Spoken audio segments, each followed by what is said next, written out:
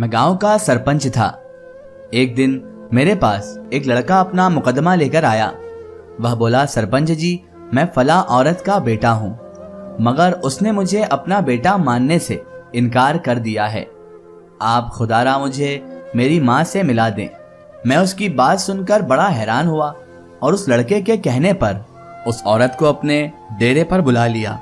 میں نے اس کے سامنے مقدمہ رکھا تو وہ بولی، میں تو ابھی کنواری ہوں، میری تو شادی بھی نہیں ہوئی، پھر یہ لڑکا میرا بیٹا کیسے ہو سکتا ہے؟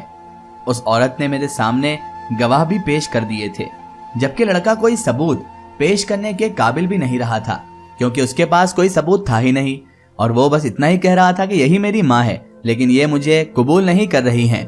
اس لڑکے کی زبان پر صرف یہی الفاظ تھے کہ یہ میری ماں ہے، میں یقین کے ساتھ کہہ سکتا ہوں۔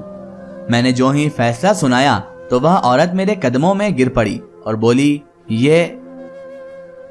میرا نام کمال حیدر ہے، میں اپنے والد کے انتقال کے بعد 5 ماہ قبل ہی گاؤں کا نیا سرپنچ بنا ہوں۔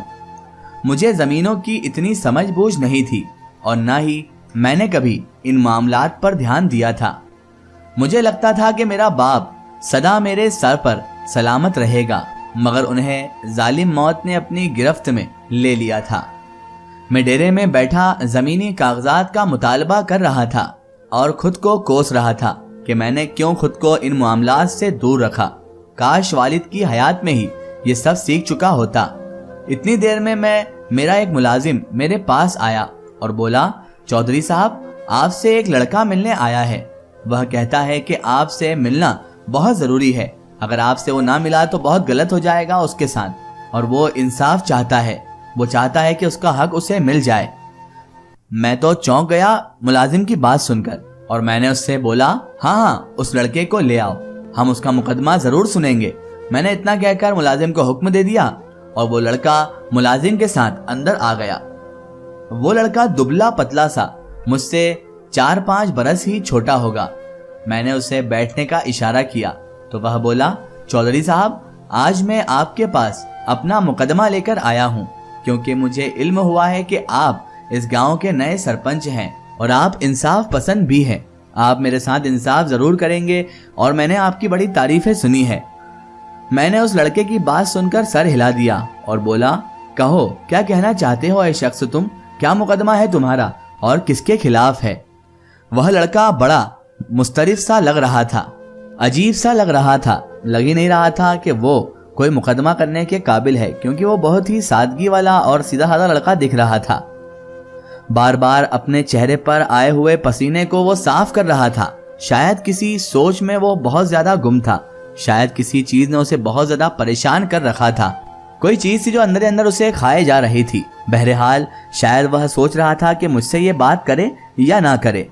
میں بولا، تم اپنی بات میرے ساتھ کر سکتے ہو، اگر چاہتے ہو کہ میں اپنے ملازم کو یہاں سے بھیج دوں تو وہ بھی بھیج دیتا ہوں۔ وہ لڑکا ایک دم سے چونک گیا اور بولا، نہیں چودھری صاحب، اس کی ضرورت نہیں ہے، میں آپ کو اپنی ساری بات بتا دیتا ہوں۔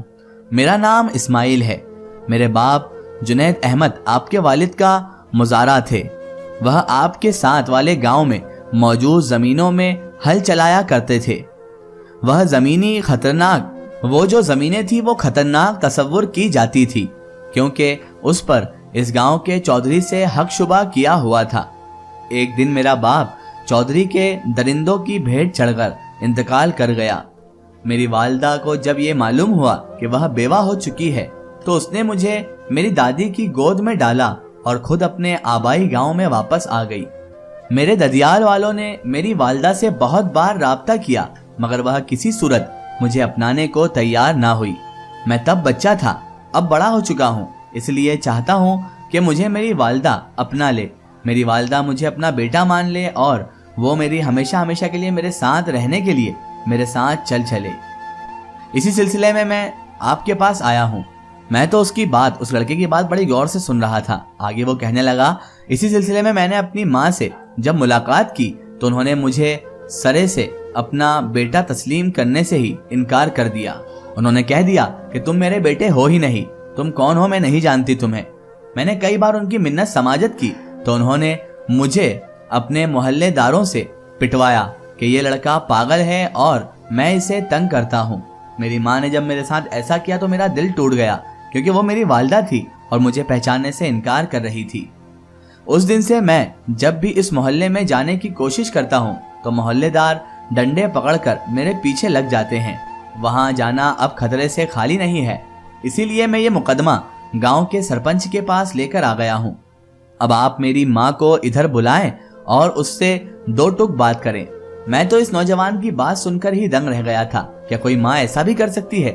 کیا کوئی ماں اپنے بیٹے کو پہچاننے سے، اپنانے سے انکار کر سکتی ہے؟ میں تو بڑا حیران اور پریشان ہو چکا تھا، کیونکہ میں نے ایسا واقعہ پہلے کبھی دیکھا تو کیا سنا تک نہیں تھا۔ میں نے سوچا کہ کیوں نہ اس مقدمے کو سلجھایا جائے، اور میں نے سوچا کہ اتنے سے معاملے کے لیے پوری پنچایت کو بلانا صحیح نہیں ہوگا۔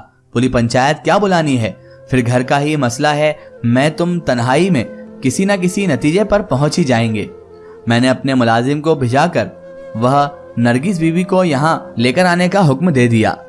میرا ملازم گیا اور نرگس بی بی کو یہاں میرے ڈیرے پر بلا لایا۔ آدھے گھنٹے کے بعد وہ لڑکی نما عورت اپنے بھائی کے ساتھ میرے ڈیرے پر پہنچ چکی تھی۔ اس نے خود کو بڑی سی چادر میں چھپایا ہوا تھا اور وہ اس قدر حسین لگ رہی تھی کہ میں اس کے حسن کو دیکھ کر دنگ رہ گیا تھا۔ مجھے سمجھ نہیں آ رہا تھا کہ اتنی حسین عورت بھلا ابھی کیسے شادی شدہ اور ایک بچے کی ماں ہو سکتی، وہ بھی اتنے بڑے۔ میں نے ساری بات نرگس بی بی کے سامنے رکھی تو وہ رونے لگی تھی۔